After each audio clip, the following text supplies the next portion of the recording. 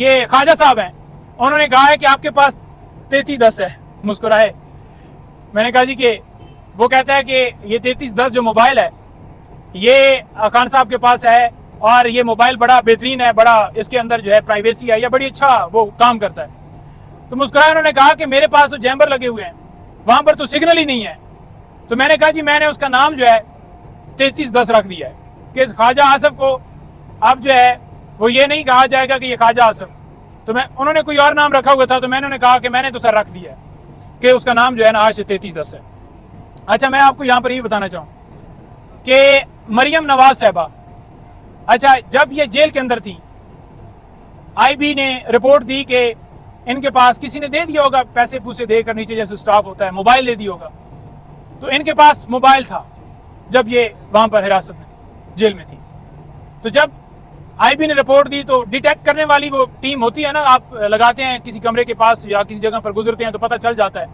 کہ اس دیوار کے ساتھ یا اس کے ساتھ کہ یہاں پر موبائل جو ہے کوئی چیز ہے, الیکٹرانک چیز ہے. تو جب اسے پتہ چلا کہ یہ ڈیٹیکشن والی مشین لے کر آ گئے ہیں, تو اب جو میرے پاس موبائل ہے وہ تو پکڑا جائے گا. تو اس نے کیا کیا کہ وہ موبائل جو ہے گدے کے نیچے رکھ لیا. تو جب ڈیٹیکشن ٹیم نے ڈیٹیکٹ کیا کہ وہ جو ہے ذرا اٹھیں اور یہ دیکھنے دیں نیچے کوئی چیز پڑی ہے, تو جب گدا اٹھایا تو نیچے سے مریم نواز صاحبہ نے جو رکھا ہوا تو چوری کا سیل فون نکل آیا. تو آپ دیکھ لیں کہ جو آج فیک جھوٹے دعوے کرتے ہیں کہ خان صاحب کو بڑی فیسلٹیز دی گئی ہیں, خان صاحب اس وقت بھی ڈیتھ سیل کے اندر ہیں, اور خان صاحب کا الحمدللہ مورال بہت بلند ہے. جب بھی ان سے ملاقات ہوتی ہے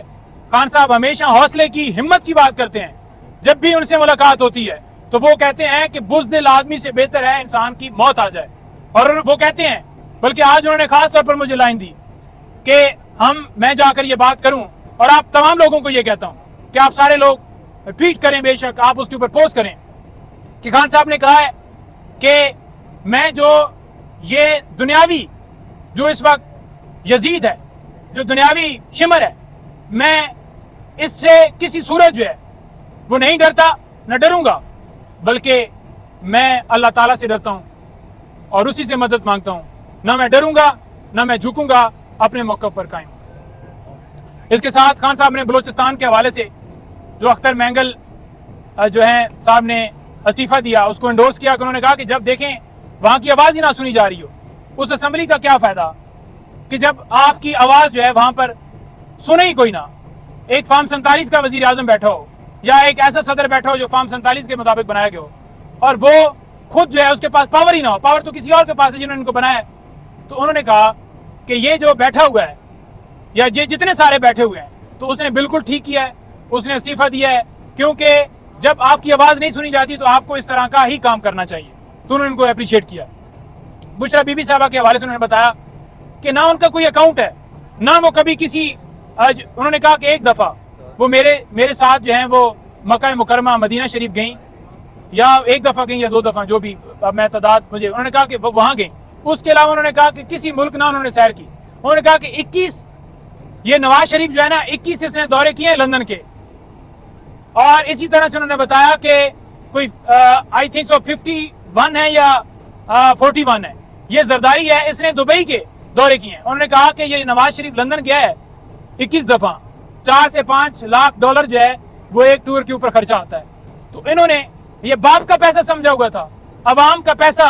لوٹ کر یہ جدادیں ساری انویسٹمنٹ باہر بناتے ہیں, اور عوام کا آج حال انہوں نے کیا کر دیا ہے. 3 ادوار میں ان کی حکومت ہے, انہوں نے کیا دیا ہے ملک کو, اور اسی وجہ سے لوگوں نے ان کو ریجیکٹ کیا ہے. اس کے علاوہ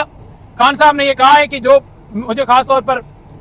شاید کچھ دوستوں کو جو ہے یہ بات دکھ لگے, بری لگے, خان صاحب نے کیونکہ مجھے انسٹرکشنز دی ہیں تو میرا فرض ہے, باقی دوست بھی ادھر موجود تھے. تو خان صاحب نے بات کی ہے کہ جو مشکل وقت میں پارٹی کو چھوڑ کر چلے گئے, جو مشکل ٹائم کے اوپر پارٹی کو چھوڑ کر چلے گئے, یعنی کہ کوئی جواز نہیں تھا, کوئی ریزن نہیں تھی, کسی کی کوئی اگر فائل تھی اور انہوں نے چھوڑ دیا, تو خان صاحب نے کہا ہے کہ میں ان کو واپس نہیں لوں گا. خان صاحب نے یہ بھی کہا ہے کہ آپ نے دیکھا ہمیشہ کہ کیوں خان صاحب ہمیشہ سے اسٹیٹمنٹ دیتے رہے کہ جو جن کے اوپر جینون فار ایگزامپل کسی پر जुल्म हुआ, सितम हुआ, वो खामोश हो गया, चुप करके बैठ गया, वो एक अलग केस टू केस है। लेकिन जो वाज़ेह तौर पर, अब मैं नाम नहीं लेना चाहता, वैसे उन्होंने मुझे नाम बताए थे और आप सब लोगों को पता है कि जो छोड़कर किसी और का हिस्सा बन गए और मुसलसल कोई प्रेस कॉन्फ्रेंस कर रहा है, कोई पार्टी बना गया, कोई इलेक्शन लड़ गया, या जो जो आपने देखा है, तो खान साहब ने कहा कि जिन्होंने क्लियर लाइन ले ली, क्लियर दूसरी तरफ खड़े हो गए, उनके लिए मेरे रास्ते बंद हैं। हाँ, ये ज़रूर है कि केस टू केस मैंने जो बात की वो इस हवाले से कि जो बंदा जो है जिस हालात में जिसको मजबूर किया गया, तशद्दुद किया गया, मारा पीटा गया, वो खान साहब केस टू केस देखेंगे कि चंद जो भी केस वो उसमें समझेंगे वो लाएंगे, लेकिन उनकी मैंने आपके सामने स्टेटमेंट रखी है। अलकादर ट्रस्ट केस में आज समाअत हुई है, समाअत परसों मुलतवी हुई है। इसमें आज हमारी तरफ से जो दरखास्त दी गई थी बुशरा बीबी साहबा की बरियत के हवाले से, उसके ऊपर जज साहब ने कहा कि हम फैसला सुनाते हैं। उसके ऊपर फैसला सुना ही नहीं गया, यानी कि अगर रिजेक्ट करनी है या आपने एक्सेप्ट करनी है उनकी बरियत के हवाले से, तो आपने फैसला तो सुनाना है, सुना ही नहीं गया। कहा गया कि मेन फैसले के बाद जो है वो फैसले के साथ ये इसका भी डिसीजन दिया जाएगा। तो लिहाजा ये समाअत परसों तक मुलतवी की गई है। जो तोशाखाना केस है वो कल लगा है, जिसमें बेल्स के लिए हमने अप्लाई किया। अब देखते हैं कल छुट्टी ना हो जाए, यानी जब ट्रायल कंक्लूड करना हो, सजाएं देनी हो, तो रात दिन ट्रायल जारी है। आज भी 4 बजे तक समाअत रही है और डे टू डे कोई पाकिस्तान के अंदर नैब का कोई किसी जगह पर केस इस वक्त नहीं, उसमें ट्रायल चल रहा है या कोई प्रोसीडिंग नहीं हो रही। सिर्फ नैब का जो केस है, अलकादर ट्रस्ट हो या तोशाखाना हो, जो खान साहब के खिलाफ हैं, वो सिर्फ यहाँ पर चल रहे हैं, क्योंकि सुप्रीम कोर्ट ने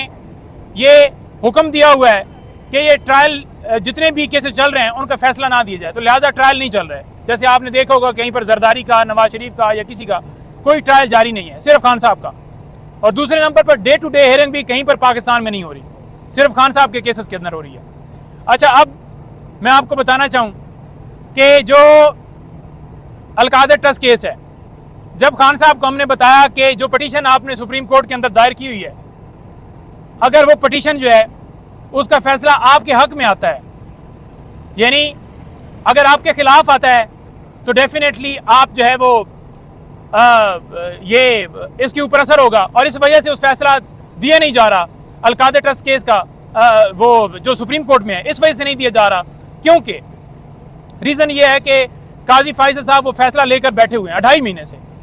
और अगर 2.5 महीने के बाद भी फैसला नहीं आया, उसकी रीज़न सिर्फ ये है कि जल्दी से जल्दी खान साहब को यहाँ से सज़ा हो, जब सज़ा हो जाएगी तो उसके बाद वो फैसला भी आ जाएगा। खान साहब को बताया कि अगर आपकी दरख्वास्त जो आप लेकर गए हुए हैं, यानी तरामीम को जो चैलेंज किया है, अगर आपके हक में फैसला आता है तो डेफिनेटली वो एक असर रखेगा, आपके खिलाफ जाएगा, यानी कि इस केस के ऊपर तो असरअंदाज होगा। लेकिन उनको ये भी बताया कि अगर वो पटिशन का फैसला आपके हक में आता है तो नवाज शरीफ, जरदारी, ये आपकी मरियम, ये जितने हैं ये सारे जेल के अंदर होंगे। अच्छा, जब हमने ये बात बताई कि अगर वो पटिशन का फैसला आपके हक में आता है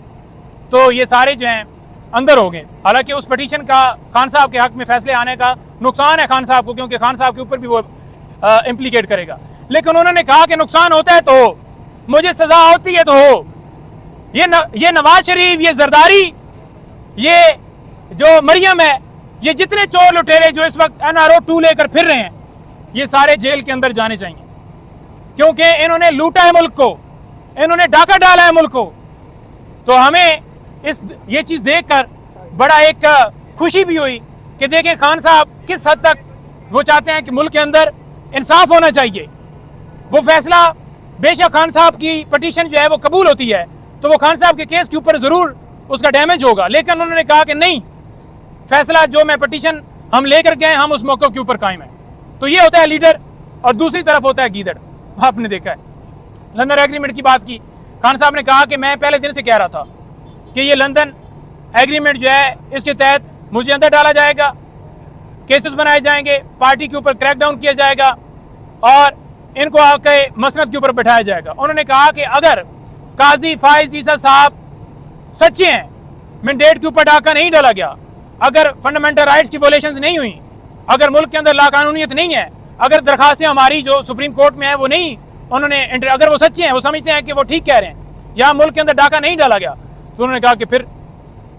कमिश्नर रावलपिंडी को पेश किया जाए। कमिश्नर रावलपिंडी आए सुप्रीम कोर्ट में, उसकी स्टेटमेंट ली जाए उसका बयान लिया जाए, साबित हो जाएगा कि कौन सच्चा है कौन झूठा है। कमिश्नर रावलपिंडी ने बता दिया कि किस तरह मुल्क के अंदर डाका डाला गया। ओन चौधरी का भी उन्होंने जिक्र किया कि ओन चौधरी को ये इसकी शक्ल थी जीतने वाली। ये सारे फार्म 47 वाले हैं,